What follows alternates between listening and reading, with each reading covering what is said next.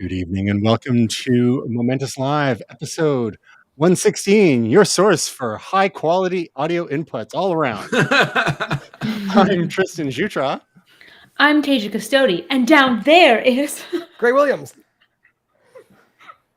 I'm Will Silver, and up there is It's me. Tristan Jutra. it's you Again. Tristan. We're just gonna do this for an hour. It's just back and forth. Perfect. Yeah. It's like Mario Party, but not. And our one viewer will quickly drop to zero. So great to have the whole gang back together again. Love it. Welcome back, Will. We hope to hear about your escapades, perhaps toward the end of the show. Yes. But before we get into things, and we're down to zero. Perfect. Bye, Mom. That's fine. We'll make it up. We'll make up for it in the audio. So and the later. It's funny. We get lots of views like after the fact when it's archived. But let's just remind folks where you can find out more about Momentous. Momentous.tv/links, and you can follow the team social links at momentous.tv/team, and you can find the audio-only version of this extravaganza at momentous.tv/podcast. Subscribe on your favorite podcast platform. And let's get into a little bit of follow-up. We heard at Google I/O, was it a month or two ago? Was it in May? I don't even... May. Dates are so confusing nowadays, but we heard all about Android 14 and upcoming Pixel phones. It was at the 7A, which was the least surprising announcement ever, since Google tends to be leaking these things over and over again before they announce things officially. But a little bit of follow-up to that. Google's latest Pixel drop adds macro video, cinematic wallpapers, and more.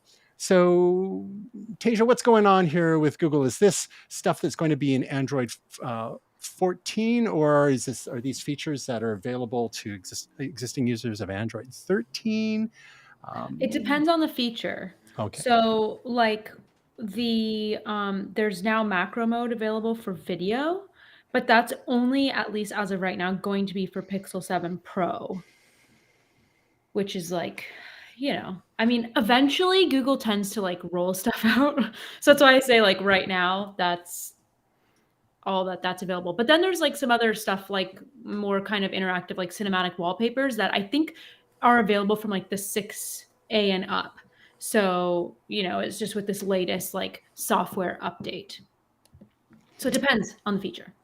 So if you just to create more confusion for people. Exactly. So if you have a Google Pixel phone, go and do whatever updates are available until such point as Android 14 comes out. So you may get a foretaste of some of these features, and the remainder should be showing up with the full drop of Android 14.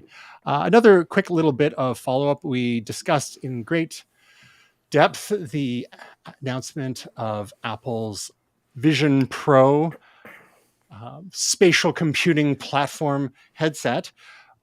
Other news that broke that day that we didn't get into for lack of time was the announcement of Apple requiring a company called Mira, which is a startup building lightweight augmented reality hardware. Now, by the looks of the photos available, this looks redonkulous, and this tends to be more of a commercial or industrial use case with heads-up displays with laughably large lenses in front of one's eyes, and with the compute power obviously in the temples on the side. But I think what this really indicates is that Apple is not done. They're not standing still. They are continuing to make strategic acquisitions to continue to build out the Apple Vision platform. The Pro is just the first salvo, and when that hits the market next spring, people will have a chance to actually give it a go, and we'll see what developers have developed for it by then. And the hope is that in subsequent years, we will see lighter versions with different feature sets or subsets for different groups of users. Now, Will, we didn't have a chance to chat about the Vision Pro with you since you were away, and we talked about some of the confusing points for us, some of the potential that we saw in this platform. From what you've had a chance to look at in the tech news over the last week or so, what are your what's your initial impression or quick take on the Vision Pro? Is it at $3,500? It's obviously out of reach for regular folks. This is a largely developer release or an early adopter release. This is a full computing platform for that price, and it's cheaper than Apple's highest end monitor by, by a couple of grand there. And I've talked to some people who said like, oh, it's actually a decent price for what you're getting. And other people are going, oh, I can get most of these features for like $400 from Meta. Where do you land on what you've seen so far in this, Will? I just want to start by saying that spoiler alert, we're going to talk about it more later, but I was in Disneyland and my phone started blowing up. I was in line up for rides, and all I get is messages from the three of you going, "It's happening!" And like, there was at one point you said, "Oh, there's one more thing," and like I'm looking at my phone. I'm like, "Look, we're not going to go on a ride. I need to know what the one more thing is before we go on the ride." So I just like stopped my vacation waiting for the one more thing, and then I'm on Indiana Jones, and I just get the blink, blink, blink in my pocket from you guys going, "Oh, that's ridiculous! Oh, that's awesome!" So I did get the blow by blow in my phone. So I caught up with some of your reactions afterwards. But yeah, that's my experience about the launch. Basically by proxy. Yeah. I mean, I think it's a good idea or an interesting idea. I think it's definitely got to work itself out. The price is a little bit much. We need to see this in action. But yeah, I mean, there's some really interesting things here. It's a space that definitely has room to develop and grow, and we're still trying to figure it out. So probably would be a pass from me on this go. As you say, it's almost more of a dev kit.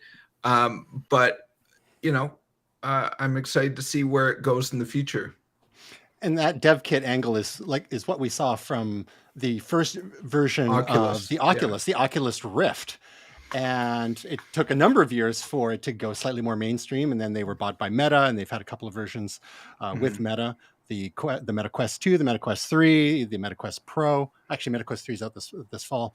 So yeah, it's interesting that there's another player in this space now, along with I guess Microsoft has kind of scaled back their ambitions with HoloLens, and there's what was the other one with the weird name whose name is escaping me now. But one of the other applications that I forgot to mention when we were talking about the Vision Pro last week was for training and development.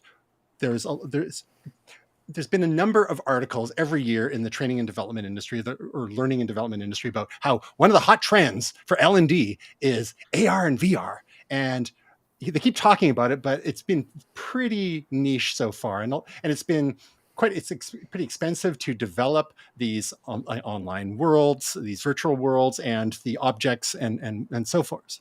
But now that we have Apple stepping into the fray, and there'll be more tools available, and the mainstreaming, quote unquote, of this, there's a lot of people I've been talking to in the industry who are actually kind of excited about this because it brings a familiar look and feel. Like, even the home screen, it looks like, your iPad kind of. And it just so happens that I spoke to my lovely wife and business partner about the Apple Vision Pro, and I said, so, we discussed at a high level the training and development applications of this. Will we be considering maybe getting one of these for our business, for R&D? And she's like, yeah, I think that makes sense. I'm like, yeah. So that might be happening. But the thing is, nice. It's only coming out in the US initially. So road trip? I was going to say, like we had to do for the iPhone and the iPad. I seem to remember somebody going down and getting an iPhone back in 2007. Yes. No, excuse me though. I don't want you guys just going like over the border. You have to come here, and that's in our country. Acquired in Arizona. I like that. That's okay. Thank you. Okay. Read the fine print. That's right. Well, it's the okay. lack of humidity is better for the electronics. It's right? a dry heat. Yeah. Exactly. Because otherwise, Seattle. I mean, nothing against Seattle, but it's not a dry heat. No, it's not a dry heat. So speaking of dry heat, Will, while we're with you here, you mentioned Disney, and we got a little bit of sad Disney news. Instead of a follow up, it was a follow downer, as I believe it was written in our rundown. Mhm. Disney delays a pantheon of Marvel and Star Wars and Avatar movies. What's going on? Well, I think a lot of this has to do with the writer's strike. There's been a lot of complaints in general about Disney special effects issues that have happened with various special effects houses, and that's delayed some properties. The pandemic delayed some things. Disney Plus's performance itself has delayed some things. So, but I think this seems to be, from what I was reading and hearing about, is that some of this is just natural consequence of the writer's strike. So it seems like things that are already good to go, such as Secret Invasion on Disney Plus, I think it starts this weekend, and I'm pretty stoked Yeah. about that's still going to happen. But anything that still needs writing, has some writing component, is going to be delayed. Is that basically how it's working? That's my understanding, yeah. So some of the delays include Captain America: Brave New World moving from May 3rd next year to July 26th. But in the meantime, we will have the Marvels. But I haven't heard anything about Captain America: Brave New World yet. That's gonna be interesting. The Thunderbolts is going to delay filming due to the writer's strike.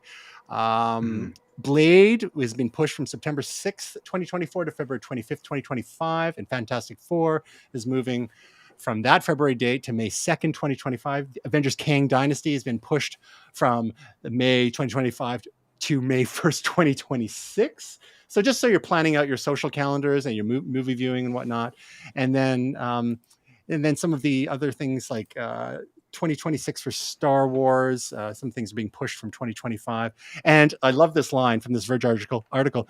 The famously slippery Avatar series. See what they did there? Way of the Water. Yeah. It's keeping up the tradition with the third Avatar film delayed by a year to December 19th, 2025. And then the next two movies, 2029 and 2031. Just so we're clear, that's what, 7.5 years away? I mean, on the Yeah. upside, climate change is going to be so bad by then, he'll be able to film on location. Exactly. Everywhere will be the way of water.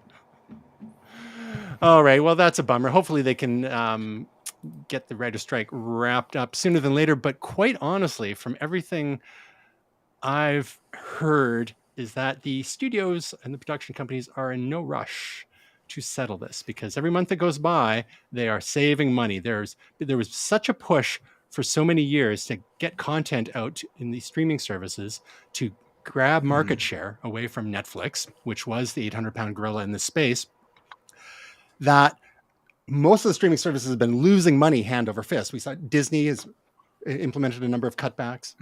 And when you think about all of the money that each of us spends every month for our streaming services, it could be $50, $100, $200. A lot of people have gotten rid of cable and are just stacking up the other services. The reported figure that the production companies combined that are spending per household is $3,500. So what's like, I can see there's lots of content for you folks to catch up on. We'll let this writer's strike drag out for a while because they're scaling back a lot of productions, and that's going to impact local industry everywhere. Here in Vancouver, we've got known as Hollywood North. There's a lot of questions. A lot of things are up in the air. Various projects as some of these companies start to scale back their ambitions because the salad days are over. Do you want today's conspiracy theory? Sure. They're taking the time to train up generative AI to replace the writers. That's it. Just drag it out. And I know that's a concern on the writer's part for sure. Like half the Disney stuff has been, paint by numbers. So speaking of paint by numbers, we have another little bit of AI news in that there apparently is one more Beatles song that was unfinished. That there was a demo kicking around that John Lennon produced, and Paul McCartney is actually working with AI and a small team of experts, I'm sure, to extract the John Lennon vocals from said demo, and then they're going to go ahead and flesh out the rest of the tune and release it as the very last Beatles song. Now, some of us thought the very last Beatles song was going to be Free as a Bird, which came out, I can't remember how many years ago was that. Was that like 15, 20 years ago? Yeah. And that was pretty neat.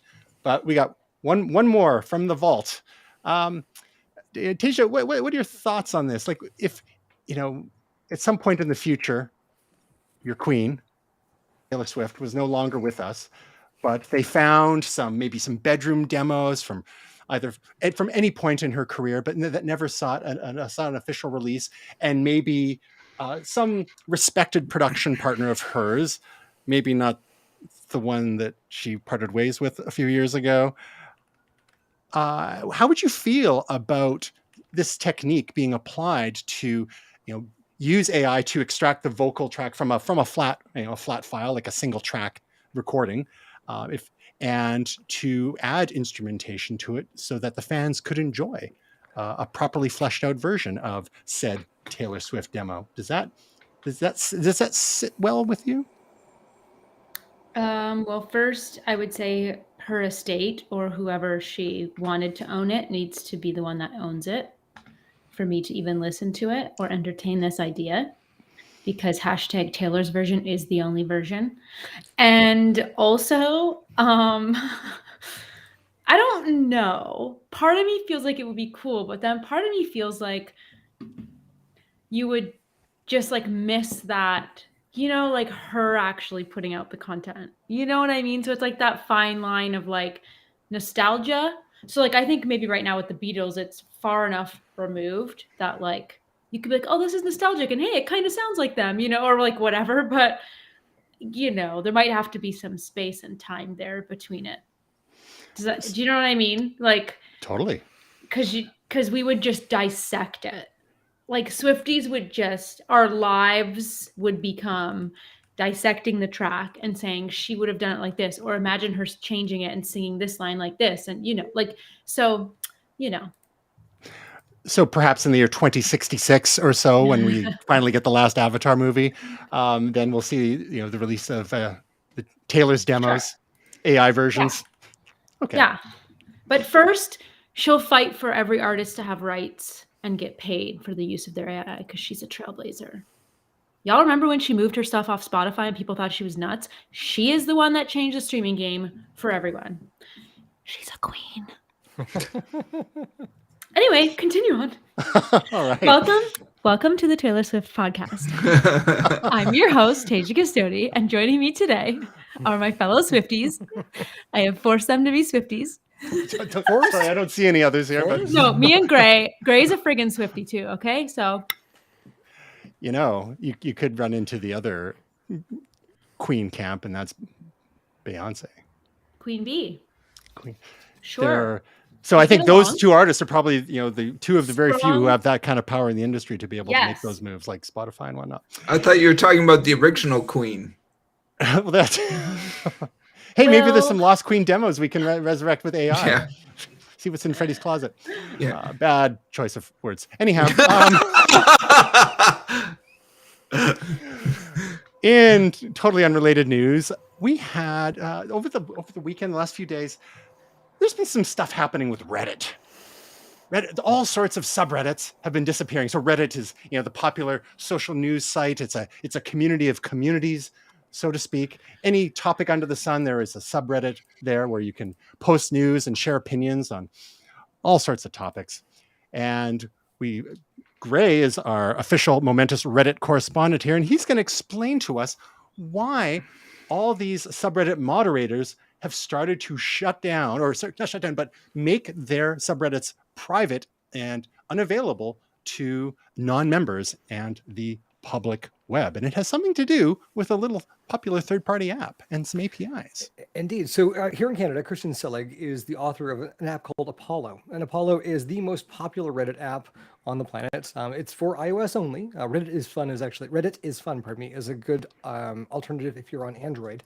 And it uses application programming interfaces, APIs, little bits of code that let the app integrate with Reddit itself. That means that you can log into your account So you can synchronize all of the Reddits that you're subscribed to. You know, Reddit kind of billing itself as the front page of the internet. Being able to personalize that is actually a really key part to the whole thing. If you can't personalize Reddit, it kind of feels a little, I don't know, distant, not you.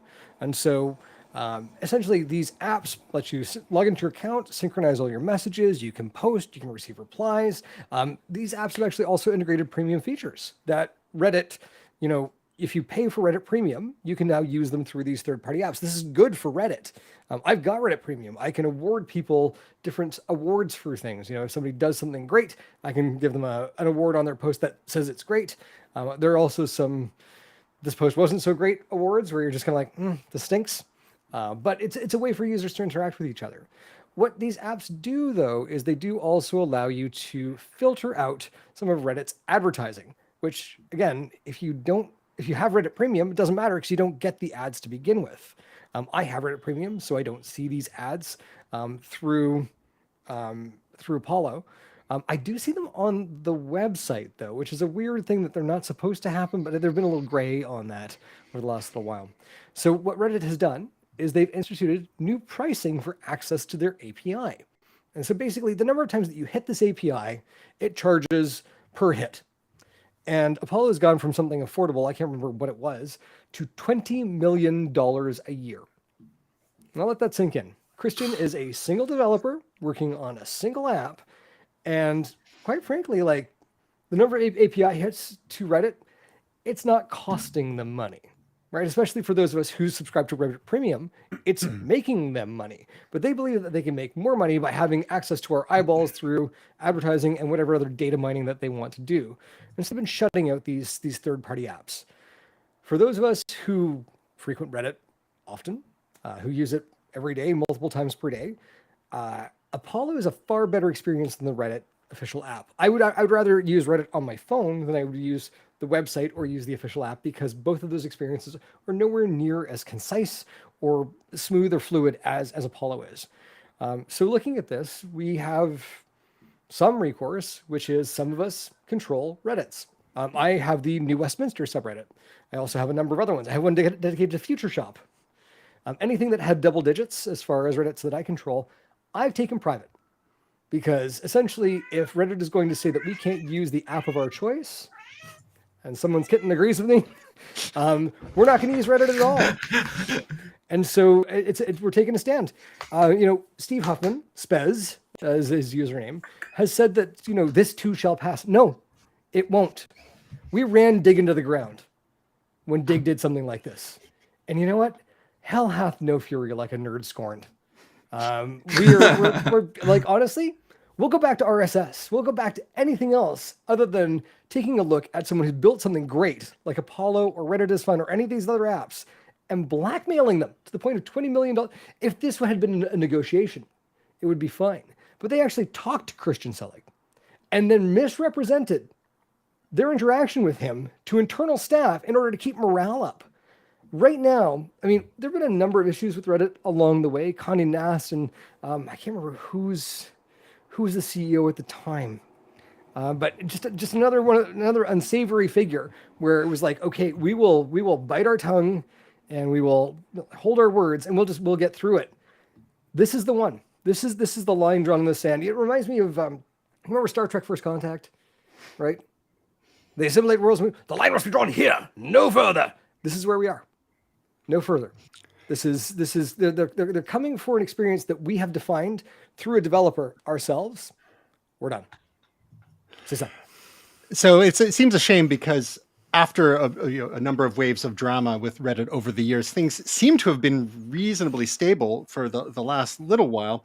And I mean, on the other side of things, you said that, it's free for Reddit. I mean, server costs aren't exactly free. I mean, Twitter has gone through the exact same thing with increasing the rates for its API calls. And, the claim from both Twitter and now Reddit is that you have these apps which are, controlling the Reddit experience for those users and sort of building off of the value of Reddit, but Reddit's not seeing that value so much, and yet they're having to pay, whether it's AWS or wherever they're doing their cloud hosting and the like, especially if there are apps. I know this was the case with Twitter, and I'm not sure if it's with Reddit, if you need Reddit Premium in order for your app to be able to filter out ads. But I know on the Twitter side of things back in the day, there were some Twitter apps, because of the nature of the Twitter API, that Twitter wasn't getting the ad impressions. So if you add up the cost side and then the lack of revenue side potential there, if any of the apps such as Apollo are screening out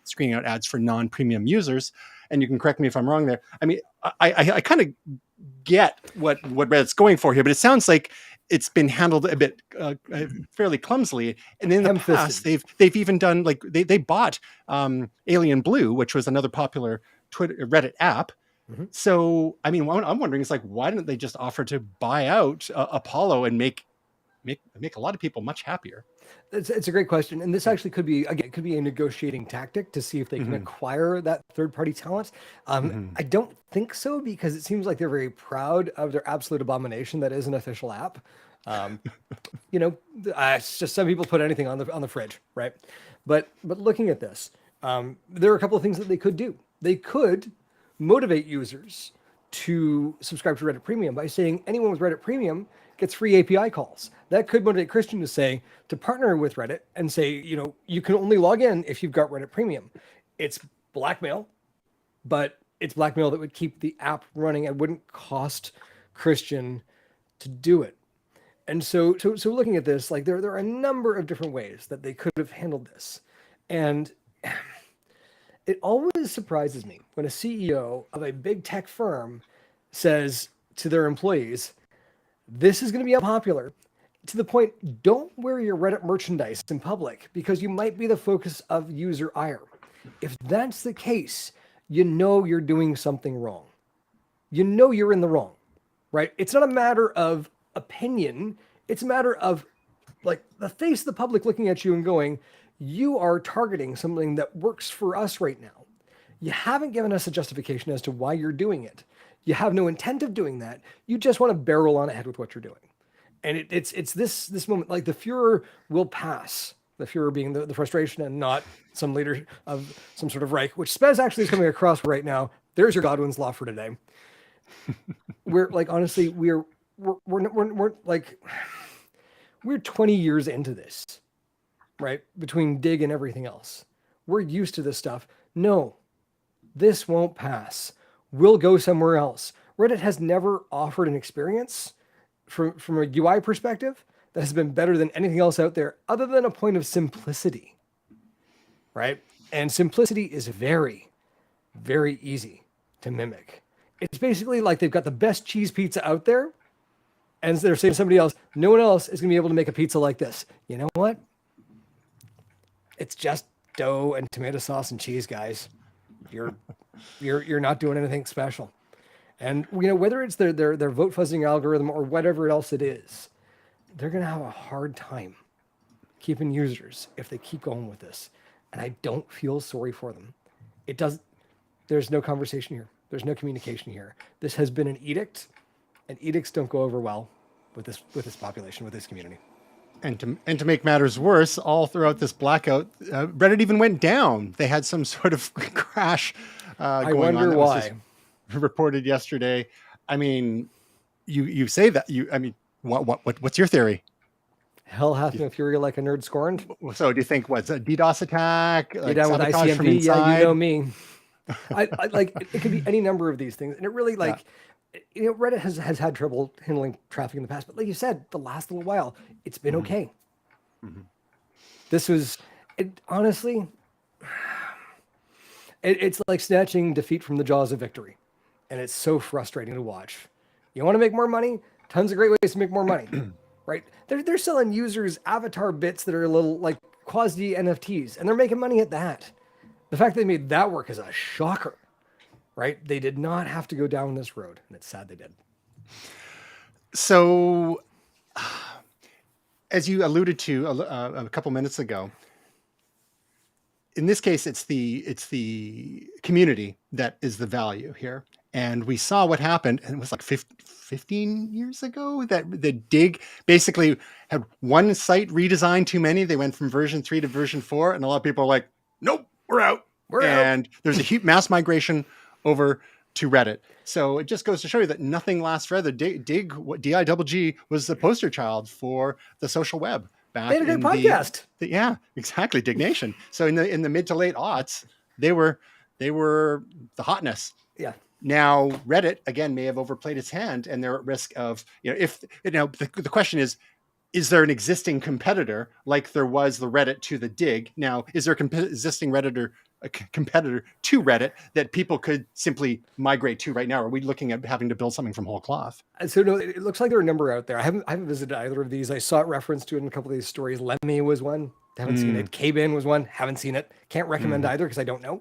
Yeah. And so that might be the difference here. If there's nothing that's got that mind share, can I be honest? Reddit might wait it out. Can I be honest? I was a huge Dig person back in the day. And the CSS was one of those things as well with Dig when it came out, and they were blocking that and the use of power users that were kind of co-opting the front page for stories. Yeah. That was sort of the thing that drove people over to Reddit. Just for listeners or viewers, the DCSS was the publication of the DVD decryption hash. Yes. And you could print it on a T-shirt back then. Yeah, exactly. And so that was contravening with the Digital Millennium Copyright Act, and so there's subsequent controversy regarding that. Bill Clinton actually was partially responsible for strangling Dig to death. Who knew?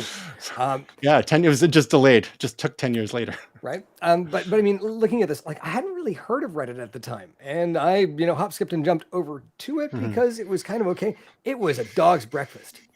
Like this was something that was actually being built in real. When I got there were no such things as subreddits. Right. It was test post please ignore was the very first post that was on there. And like they didn't have comments right at the beginning. It was literally you just posted links to things.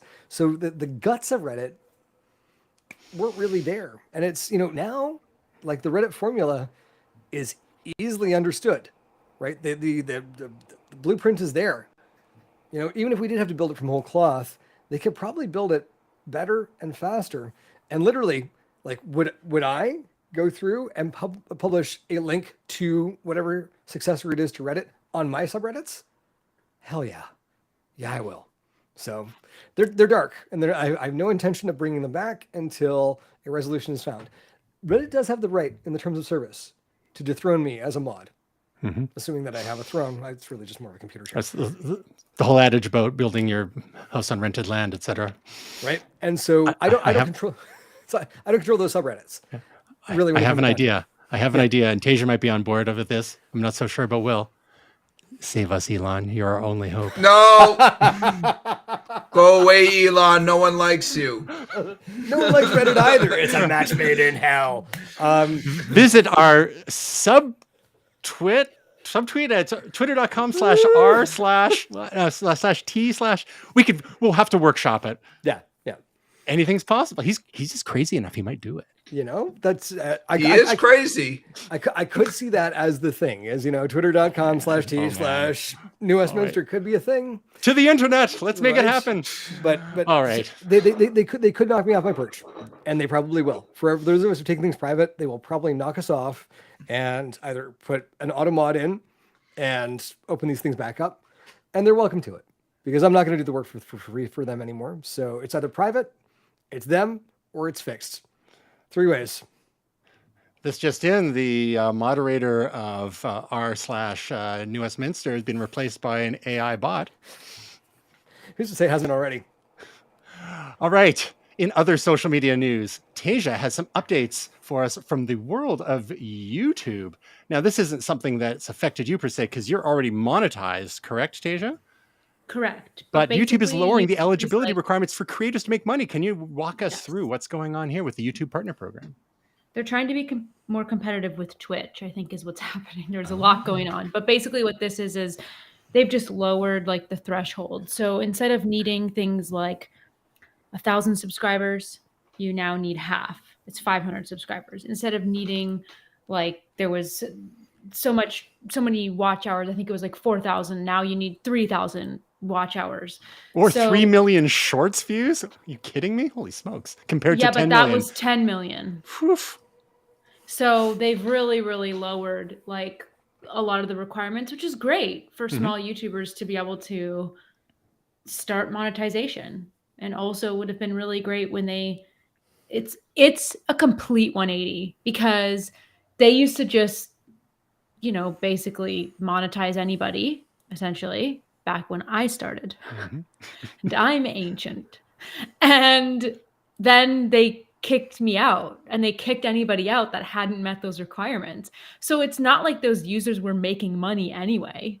Like, if you don't have the numbers, you're not making a ton on ad revenue anyway. Like, I wasn't even getting any payouts any month because I wasn't even hitting the threshold, but it didn't matter. They kicked me out. And so then I had to get to hit those milestones, like the 1,000 subs, the 4,000 watch hours and all that kind of stuff. And like to get back in.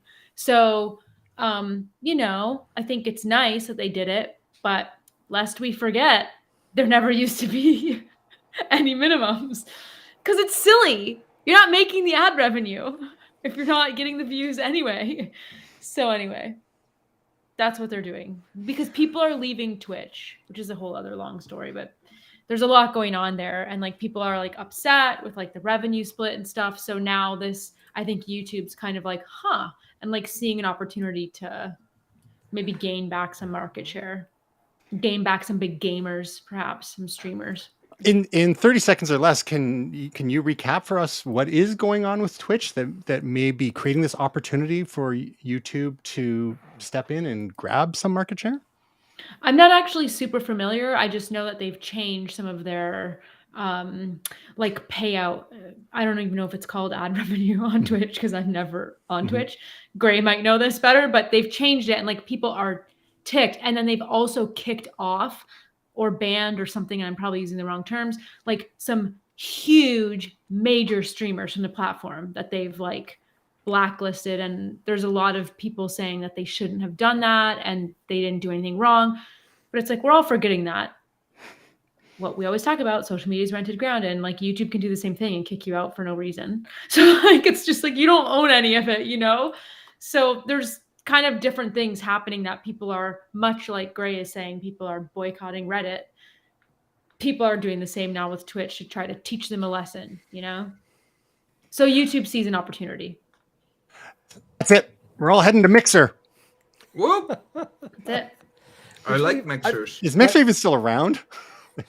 No, it's not. No. My lifetime revenue on YouTube, $7.24.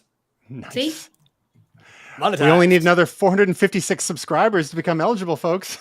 I'm 350 off, and I'm 600 watch hours off at this point. So apparently, to become a partner.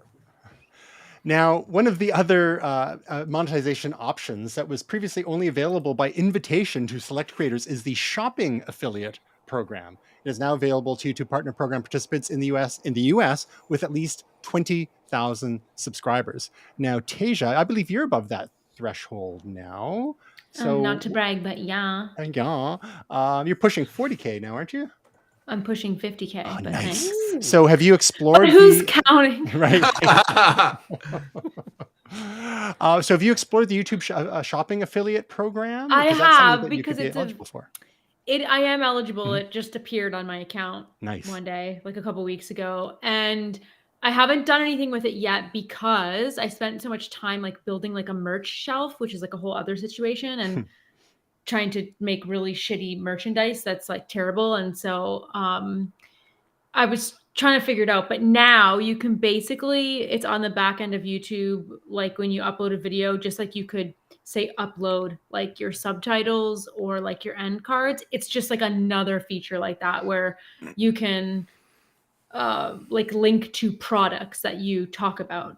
So I'm going to do more research actually on it tomorrow because the next 2 videos I'm doing are all like affiliate link, like heavy tech product videos. But I just don't know if it's something where you have to have them already like existing. Like from what I saw, it was a little confusing for me because it made it seem like it was something I had to already have like existing on my channel for sale, which is like, well, that's stupid because like I'll just keep using affiliate links out to everything. You know what I mean? So like that's what I'm thinking it is, but I'll have more of an answer for you next week because I'm going to be playing with it a bit more tomorrow. We look forward to your future videos featuring my top 5 favorite kicks from Foot Locker. Or check out these amazing RV mattresses. the list of partners is quite interesting and diverse. Yeah, like I don't GameStop. I mean, I don't. Your favorite. We'll get to the gaming in a sec. So I guess one of the bottom line is with this move, it's increasing, it's accessibility to YouTubers who are just starting out and providing some motivation for those who in the past may have thought, oh my goodness, I'm never going to get to 1,000 subs. I'm never going to get the view hours in, et cetera, et cetera. And it'll increase to the diversity of channels that we see on YouTube because we're making it easier for people to make a little bit of money. And that can help with the motivation there to encourage people to keep going, because it can be a long, lonely road for months, if not years, momentous, for people to start to see some revenue for this. And that can really, even if it's not a huge amount, it's something. And it keeps the dream alive. However, distant that dream might be. Like, not everyone's going to be Mr. Beast, of course, but if you're lucky, you might end up being another Tasia Custodi. Ooh. Who lost subscribers on her last upload, but we'll talk about that later. Oh no. Okay. You shouldn't have talked about the Holocaust. Joking. All right. Does not reflect my employer. Moving on, Will, you've got some of Tasia's favorite topic related links here. A few game things for us to talk about. We've got Summer Game Fest, Star Wars Outlaws, and Dread Pilots. Now, some of these I would think would normally be like picks of the week, but these are not your picks of the week. So what are these stories? Let's walk through them one by one. What is Summer Game Fest? Thursday, June 8th, which was last week, I guess. Last week, yeah. So this is basically... E3-2 Electric Boogaloo, I think, is the Electronics Entertainment Expo, right? Yes, yeah. Whatever's left of it. It was the big conference that happened every year, and for various reasons, some of these big conferences, including E3, have become less relevant as big players like Apple or others in this space. It's Sony, Sony, Xbox, yeah. They've decided to do their own thing, partly because the timelines for some of these things were a little bit nutty. I think I mentioned this on a previous stream, but I have a friend who is a programmer who said they spent 3 months getting a demo ready for their game for E3 and 6 months taking out all the code afterwards that they used to make it work. So, you're basically expected to show things when they're not ready. I think this is just a little bit more of an evolution. And it's a little bit more optional. It's some more sort of third parties releasing things and different sort of types of, I guess communities or groups having their own kind of conference or own kind of stream. So for example, the company I work for, Clay, just announced their game Dread Pilots, which I think is so far tentatively planned for 2024. Seemed to go really well. I'm excited not to have to keep secrets anymore. It's new for me working for a video game company. So I didn't have a lot of direct work with this project. Obviously, I've only been there for a few months.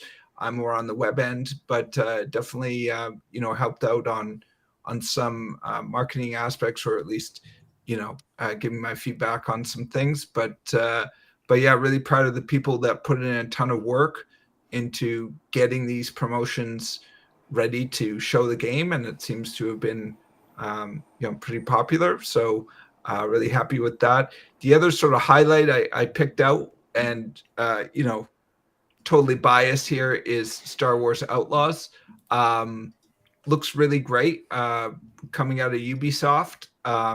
Same studio, Massive, that have produced some of the Tom Clancy projects over the last few years, and those seem to be pretty popular. Cool.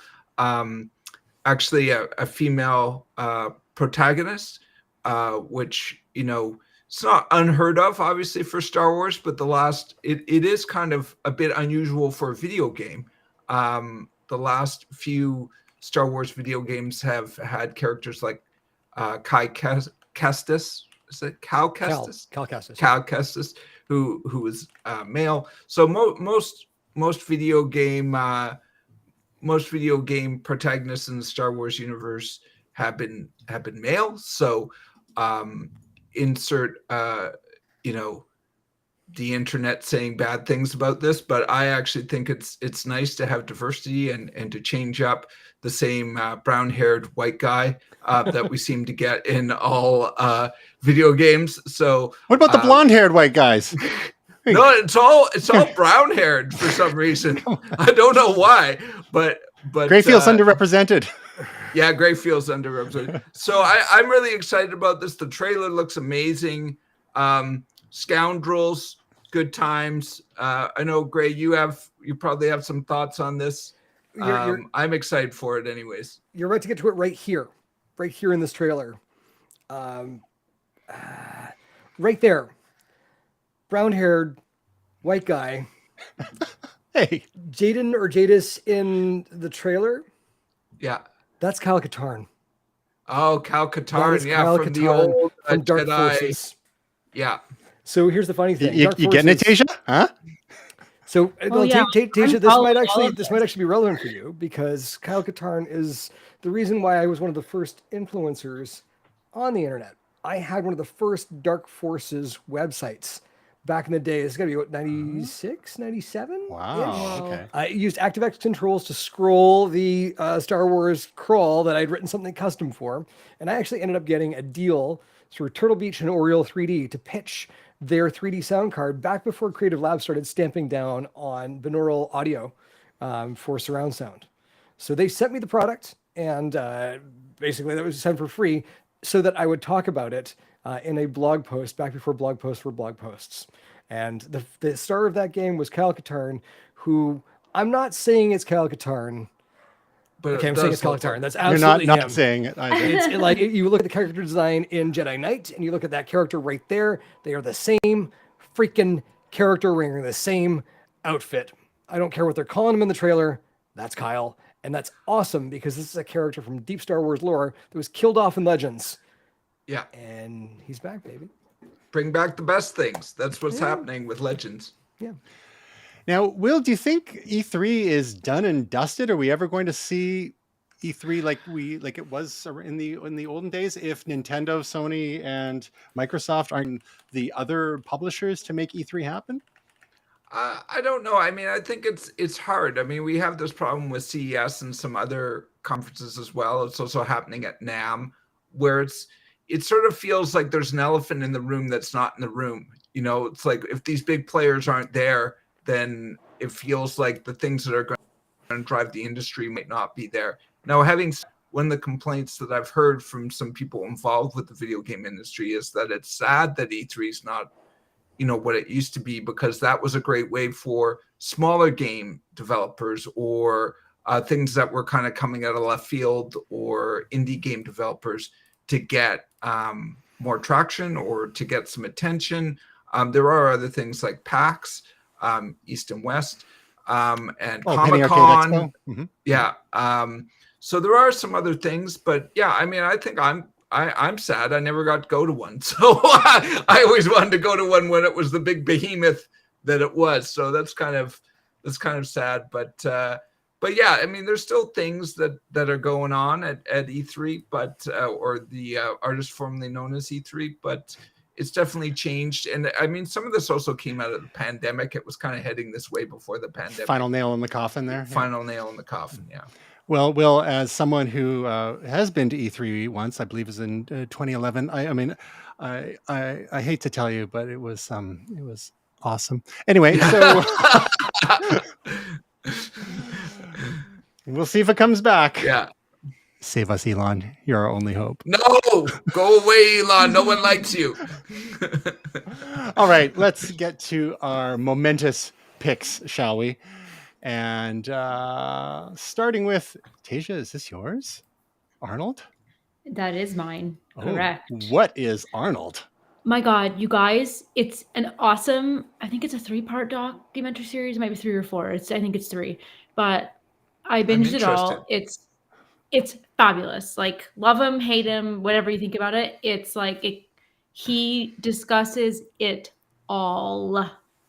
And it goes back through his life. So each episode focuses on kind of a different part of his life, and you learn a ton. And like mostly it's just really inspiring to see where he came from and his drive and like what motivates him. And would anybody like a spoiler alert on the Stanley Cup? Vegas. Why not? Your 2023 Stanley Cup champions are the Vegas Golden Knights. They beat the Panthers 9-3. Oh, sweet baby Oh, Jesus. boy. Vegas beat Florida in hockey. Yep. Yeah. Okay. I still contend Breaking that news, everybody. ice hockey shouldn't be allowed anywhere that they can never Hey, have natural ice. But hey, Oh, hey. just treading Just on saying. thin ground there. This is a very Tristan. Really? touchy subject. If we want to go from a Taylor Swift podcast into a freaking Arizona Coyotes podcast and how pissed I am at Tempe that they turned down the vote for the arena, we can go there. Do you all have 3 more hours this evening? Okay? Because I can't live somewhere where there's no hockey and we all know it. I said it. well, maybe Got you it. should come back to where you actually truly belong. Anyhow, a good companion piece to Arnold, for those who haven't seen it, might be the famous documentary Pump, which was kind of like the coming out of Arnold Schwarzenegger in quite a big way, was Pumping Iron, which I believe was like sometime in the 70s. Yes. And they actually touch on that in this documentary. Yeah. Now I've not seen it myself, but I think it really introduced Arnold to America, and then from there on, he was in a number of movies, including Conan the Barbarian and Terminator and Hercules. Hercules, yeah, that was one of his Hercules first in New ones, York. wasn't it? Right. Twins. Twins. I heard It's not a tumor. Kindergarten Cop. Nice. Who's your daddy? What does he do? Yeah, that's it. Yeah. I heard a few years ago, I guess it never happened. They were supposed to do a sequel to Twins called Triplets, and in addition to Danny DeVito, I think it was supposed to be Eddie Murphy as the long lost triplet. Funny. But yeah, I don't think I have to look it up now with the writers' strike. I'm never going to see it. It's a Berenstein Bears moment. Yeah, it could be. It was in the parallel universe. All right. Next momentous pick. Let me guess. Is this from William? Yes. Star Wars: Rise of the Resistance. What is this? So I went to the land of the mouse. I went to Disneyland recently, and I mean, I think I've mentioned it before. I love Disney in general, and I love the parks. They own my childhood, Disney does. So we went to LA and went to Disneyland. And I had not been on a vacation in 4 years, or at least been on a plane vacation in 4 years. So this was a really, really, really good to get away. I hate using really, but it's justified in this instance.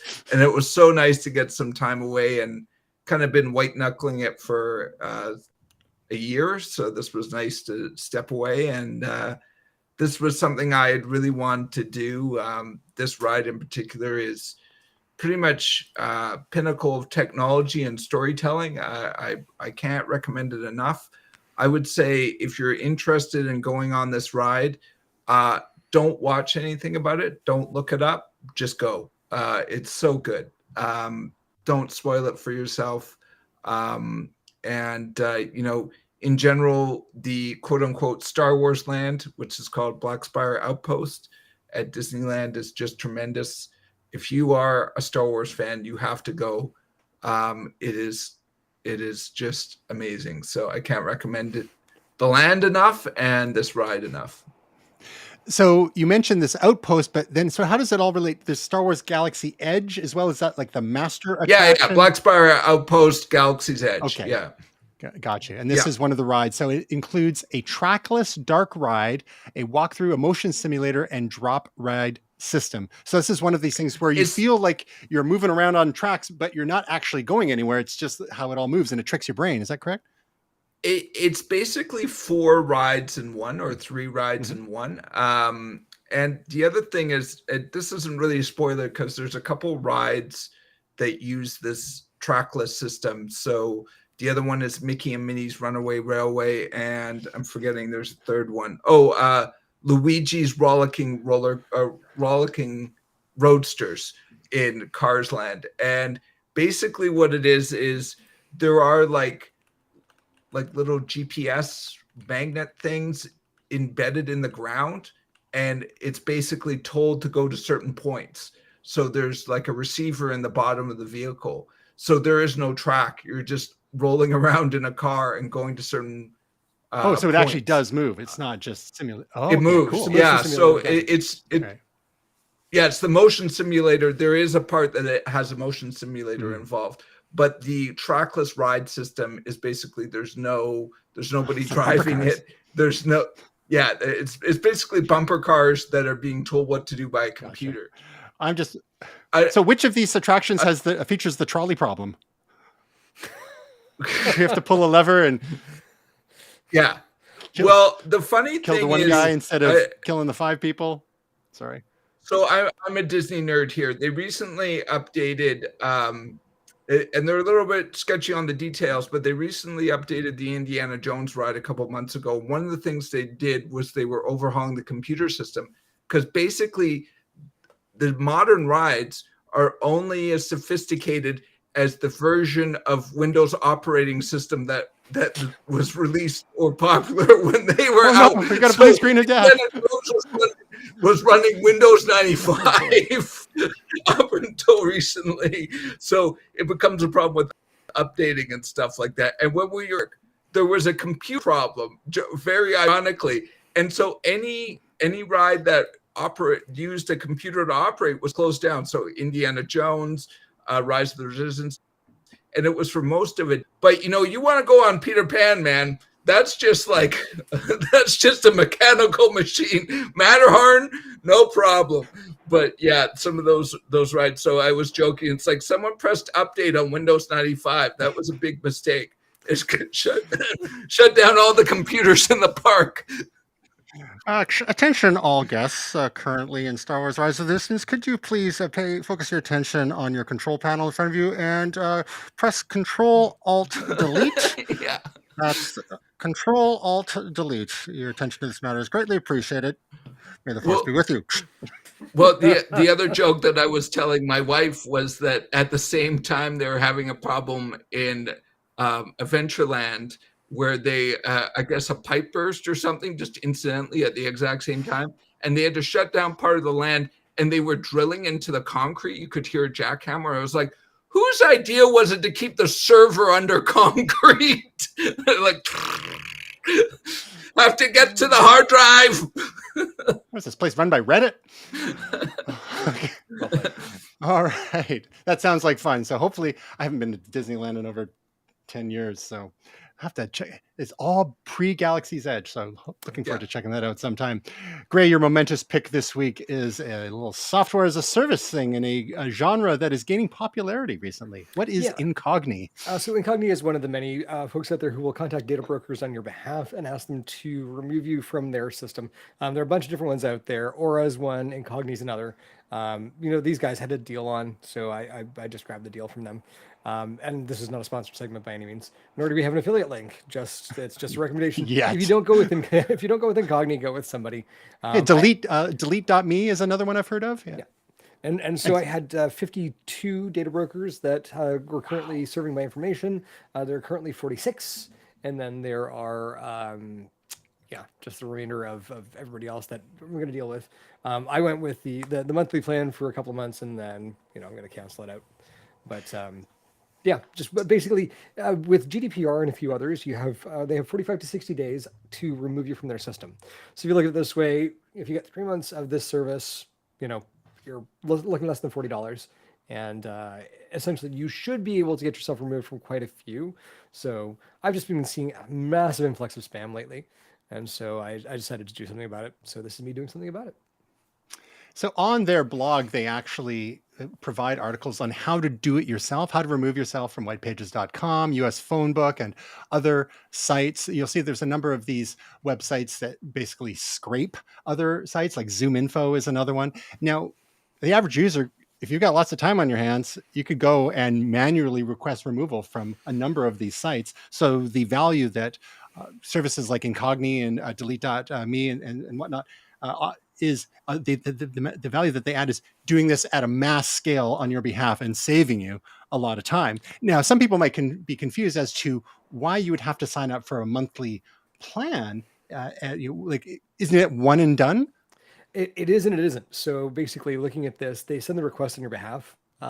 These folks can come back with a number of responses. So these guys go out and handle it on your behalf. I managed to get a 60% off coupon on the monthly price. So for 3 months, I think came $21 Canadian, Nice. which, I mean, if I spend more than half an hour, 45 minutes on this, that's probably cost me that amount in time. And I don't want to have to be dealing with these people one by one.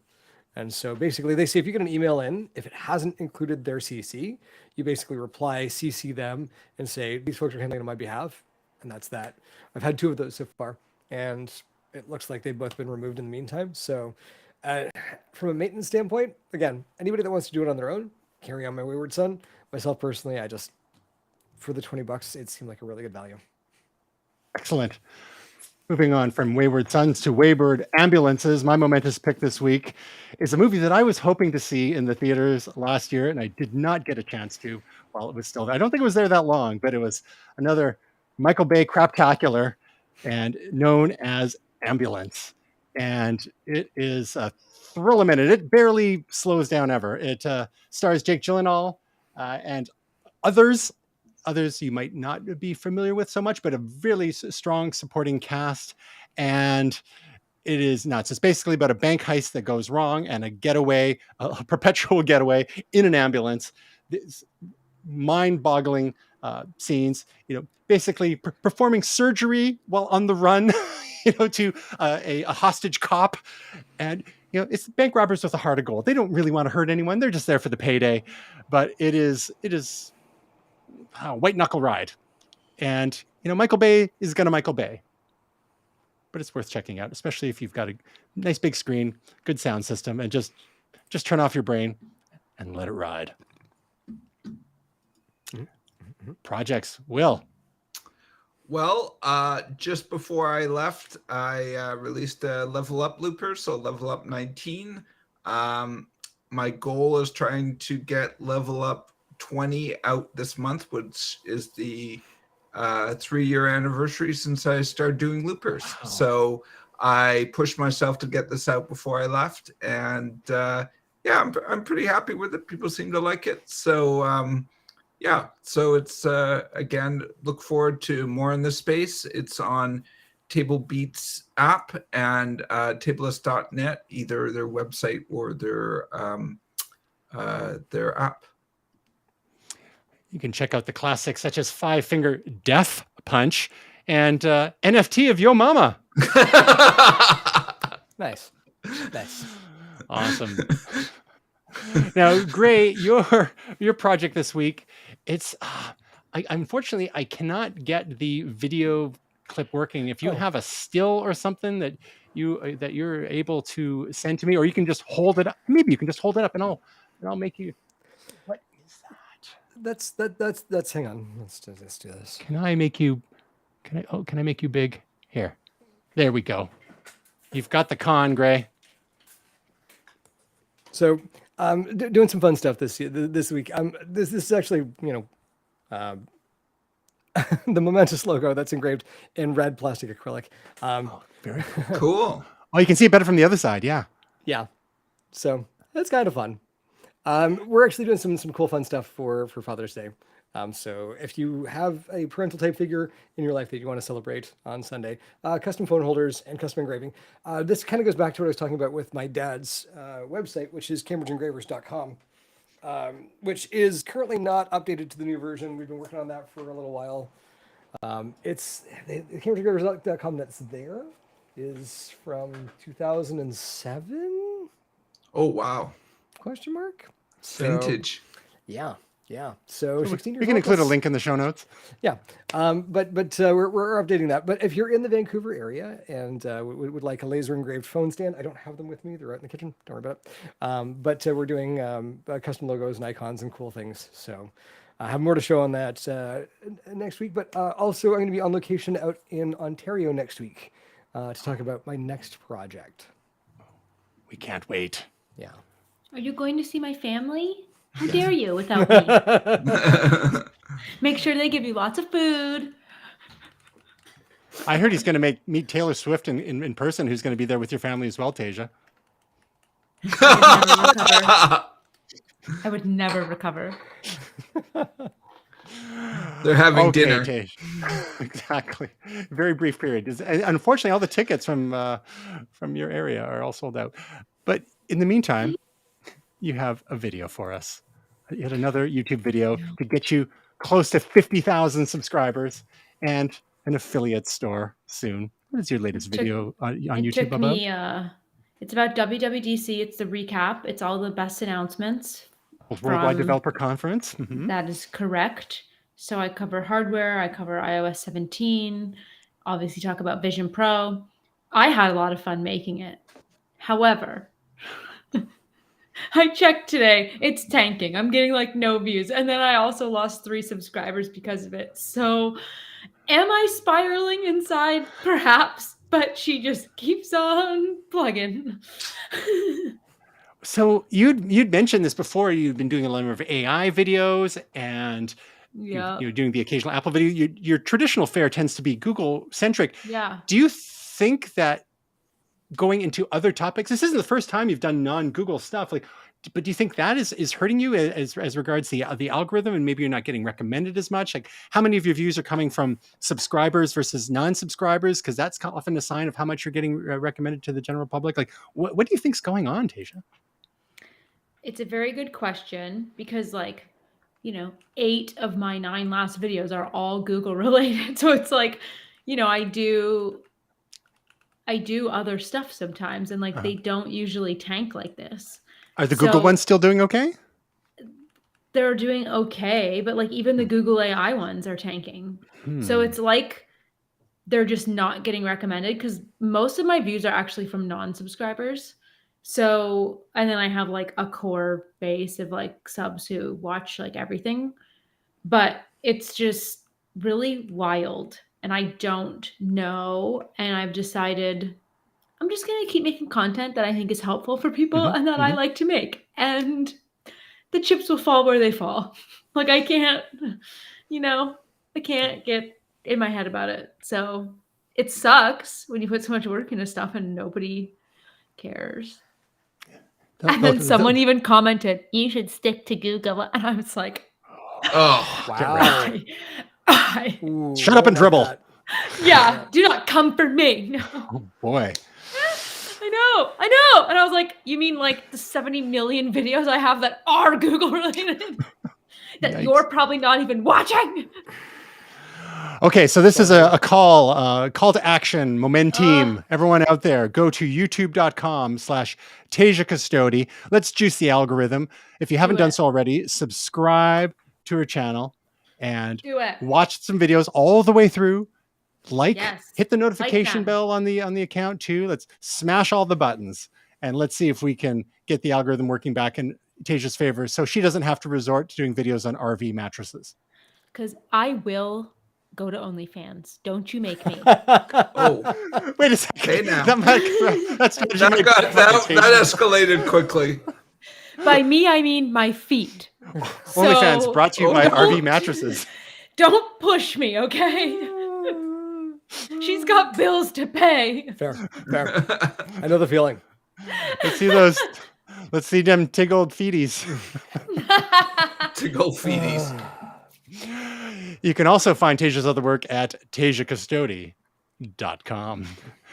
And you can find all our work at Momentous.tv/links, Momentous.tv/team, and the audio version of this, whatever this is, at Momentous.tv/podcast. But seriously, go subscribe, smash all the buttons, and let's get Tasia to 50,000 subs, and let's get us to 45 subs.